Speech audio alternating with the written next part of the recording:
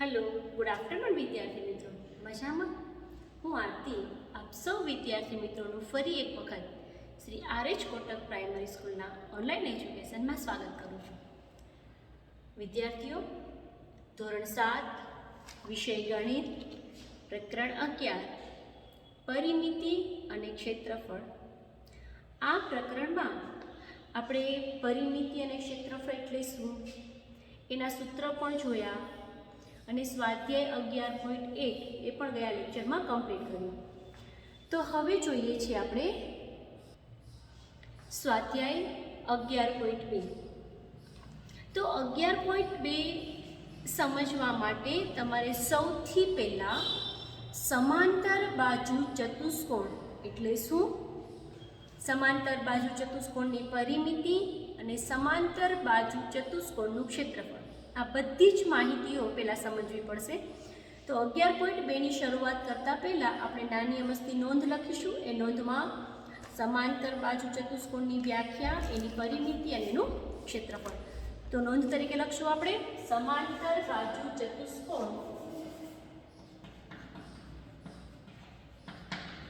સમાંતર બાજુ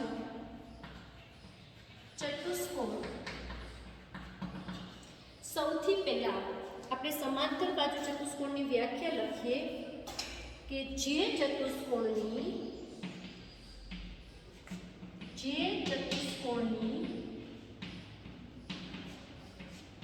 સામસામેની બાજુઓ સમાંતર હોય તેવા ચતુષ્કોણને સમાંતર બાજુ ચતુષ્કોણ કહેવાય છે.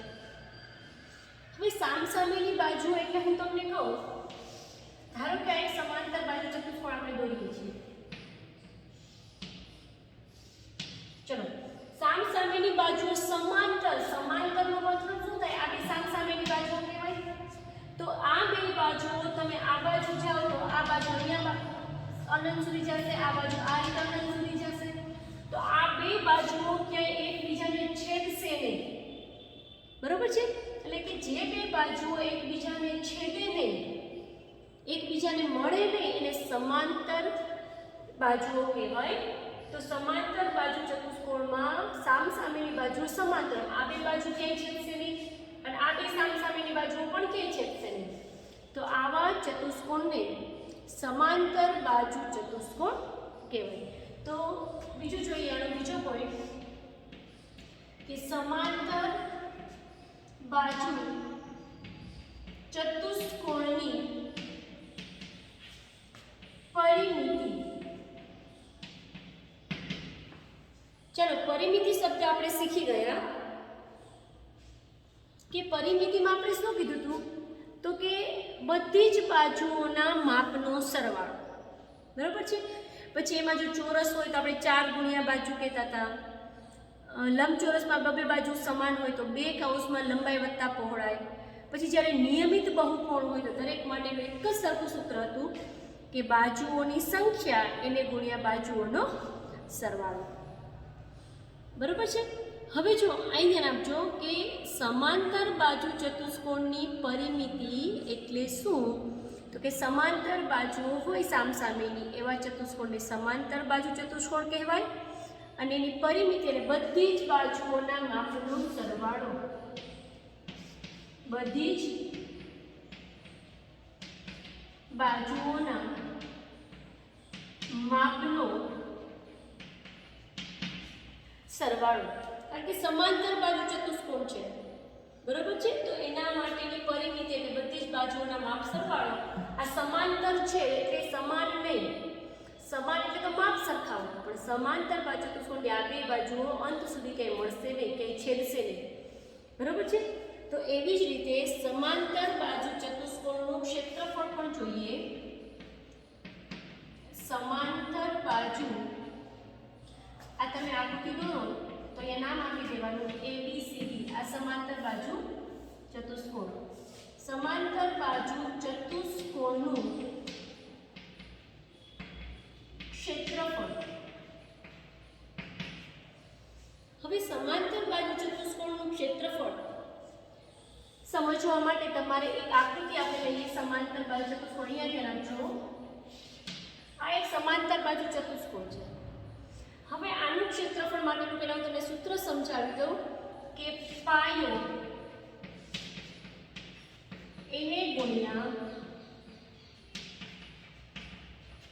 પાયા પરનો વેગ. સમજો, આ પાયો કહેવાય, બરોબર છે? પાયો એટલે બેઝ.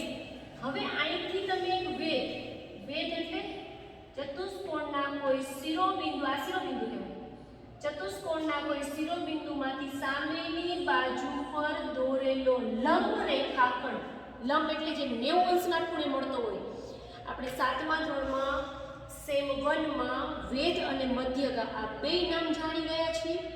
વેધ એટલે શિરોબિંદુમાંથી સામેની બાજુ પર દોરેલો લંબ રેખાખંડ અને મધ્યગા એટલે સામેના શિરોબિંદુમાંથી સામેની બાજુના વચ્ચેના બિંદુને અને મધ્ય બિંદુને જોડતો રેખાખંડ. એટલે કે વેધ છે એ કાટખૂણે હોય અને મધ્યગા બે સરખા ભાગ પડે. આપણે વેધની વાત કરીએ છીએ કે જ્યારે સમાંતર બાજુ ચતુષ્કોણનું ક્ષેત્રફળ જોતું હોય ત્યારે આખા સમાંતર બાજુ ચતુષ્કોણમાં એક વેધ હોવો જોઈએ. સમજાય છે? માની લો કે આ ચતુષ્કોણનું નામ આપણે આપી દઈએ A B C D અને અહીંયા M નામ આપી દઈએ તો ચતુષ્કોણ ABCD માં AM એ વેધ છે. સમજાય છે? તો આ આકૃતિ છે એ તમારે અહીંયા દોરવાની છે કે સમાંતર બાજુ ચતુષ્કોણનું ક્ષેત્રફળનું સૂત્ર લખો આપણે પાયો ગુણ્યા પાયા પરનો વેધ. પાયા પરનો વેધ છે એને ઊંચાઈ તરીકે પણ ઓળખાય. અમુક દાખલામાં ઊંચાઈ શબ્દ લખેલો હોય. ઊંચાઈ એટલે વેધ. જોજો અહીંથી આટલું ડિસ્ટન્સ એટલે ઊંચાઈ, એને વેધ પણ કહેવાય અને ઊંચાઈ પણ કહેવાય. ક્લિયર? સમજાય છે? સમાંતર બાજુ ચતુષ્કોણની પરિમિતિમાં તે ચારે બાજુના માપ હોય એટલે બાજુઓના માપનો સરવાળો અને સમાંતર બાજુ ચતુષ્કોણનું ક્ષેત્રફળ એટલે એક પાયો જોઈએ અને એના પરનો વેધ જોઈએ. જો આ બાજુનો પાયો હોય આ બાજુ વેધ હોય તો કાંઈ નહીં, જે વેધ જે પાયા પર હોય બેનું માપ આપણે હોવું જોઈએ. પાયો ગુણ્યા પાયા પરનો વેધ. બરોબર છે? અને આમાં એક વધારાનું આપણે ક્ષેત્રફળનો ઉપયોગ કરશું, ત્રિકોણનું ક્ષેત્રફળ. આ બધા જ સૂત્રો છે એ યાદ રાખીશું તો જ આગળના પ્રકરણમાં આપણને મુશ્કેલી નહીં પડે. ત્રિકોણનું ક્ષેત્રફળ એ તો આપણે અગાઉ પણ શીખી ગયા, 1/2 પાયો ગુણ્યા વેધ. આ બેમાં કેટલો ડિફરન્સ છે જોજો. સમાંતર બાજુ ચતુષ્કોણમાં માત્ર પાયો ગુણ્યા વેધ અને ત્રિકોણમાં 1/2 વધી જાય, 1/2 પાયો ગુણ્યા વેધ.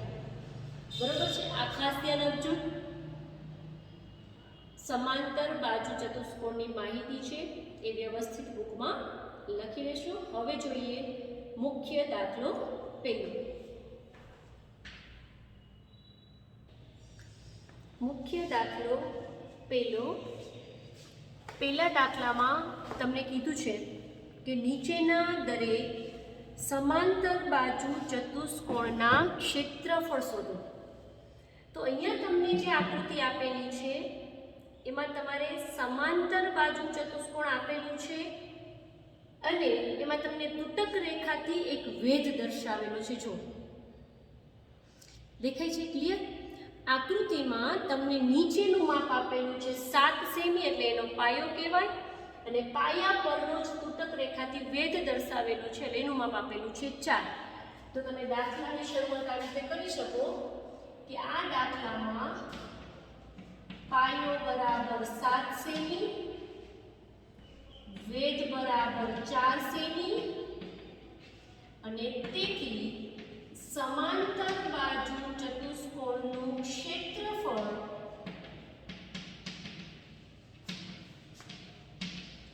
બરાબર પાયો ગુણ્યા વેધ. તમે પાયા પરનો વેધ પણ લખી શકો અને માત્ર વેધ પણ લખી શકો. તો પાયો છે 7, વેધ છે 4, 7 × 28.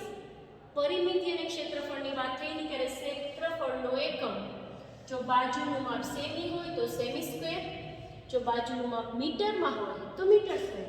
તો 28 સેમી સ્ક્વેર. આ તમને શું મળ્યું? સમાંતર બાજુ ચતુષ્કોણનું ક્ષેત્રફળ. ક્લિયર? સમજાય છે? જોઈએ એમાં બીજી આકૃતિ આપણને આપેલી છે સમાંતર બાજુ ચતુષ્કોણ. અચ્છા, આ જે રેખાખંડ આપેલો છે એને આપણે શું કહેશું? યાદ છે કોઈને? ચાલો, એ રેખાખંડ છે આપણે આ તો વેધ દોરીએ છીએ તૂટક રેખા. ચાલો, એ આપણને ખબર છે.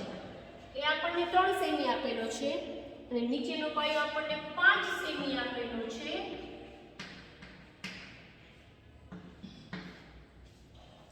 બરોબર. તો આપણને જે આ એક શિરોબિંદુથી બીજા શિરોબિંદુને જોડતો રેખાખંડ છે એ શું છે જોવો જોઈએ.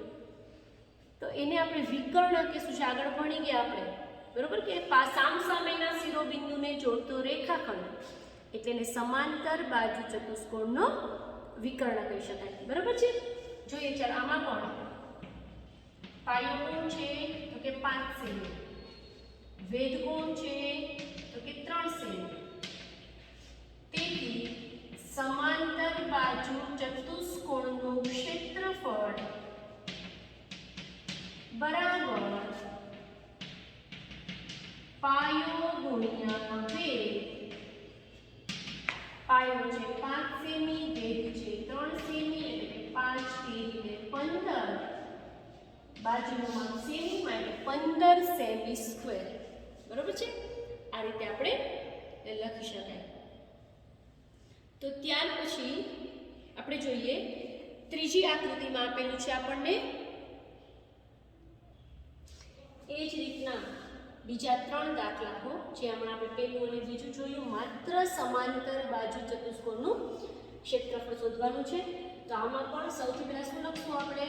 Very good. પાયો બરાબર, જો પાયો એટલે નીચેનો બેઝ 2.5 સેમી એકમ લખવો ફરજિયાત છે અને વેધ છે 3.5 સેમી. અને તેથી ટૂંકમાં લખી નાખવાનું કે સમાંતર બાજુ ચતુષ્કોણનું ક્ષેત્રફળ બરાબર આપણે લખીએ છીએ પાયો ગુણ્યા વેધ. પાયો છે 2.5 એને ગુણ્યા 3.5. તો કે 2.5 ગુણ્યા 3.5 કરો એટલે એનો ગુણાકાર જો તમને ન આવડે તો તમે આરામથી કરી શકો આ રીતે કે 25 તેરી 75. બરાબર. અને 25 પંચા 125. 5 ને 2 7, 875. અને 2 માં પોઈન્ટ છે તો પોઈન્ટ પછી એક સંખ્યા, પોઈન્ટ પછી બે સંખ્યા, ટોટલ બે સંખ્યાની આગળ પોઈન્ટ આવે 8.75. અને સેમીમાં છે માટે સેમી સ્ક્વેર. જવાબને હંમેશા બોક્સ કરવાની ટેવ રાખો. અહીંયા પણ જો પાયો અહીંયા આપેલો છે આ અને આ વેધ છે એટલે પાયો બરાબર 5 સેમી, વેધ બરાબર 4.8 સેમી. ક્લિયર? એમાં પણ આપણે ક્ષેત્રફળ શોધીએ કે સમાંતર બાજુ ચતુષ્કોણનું ક્ષેત્રફળ બરાબર પાયો ગુણ્યા વેધ. પાયો છે 5, વેધ છે 4.8.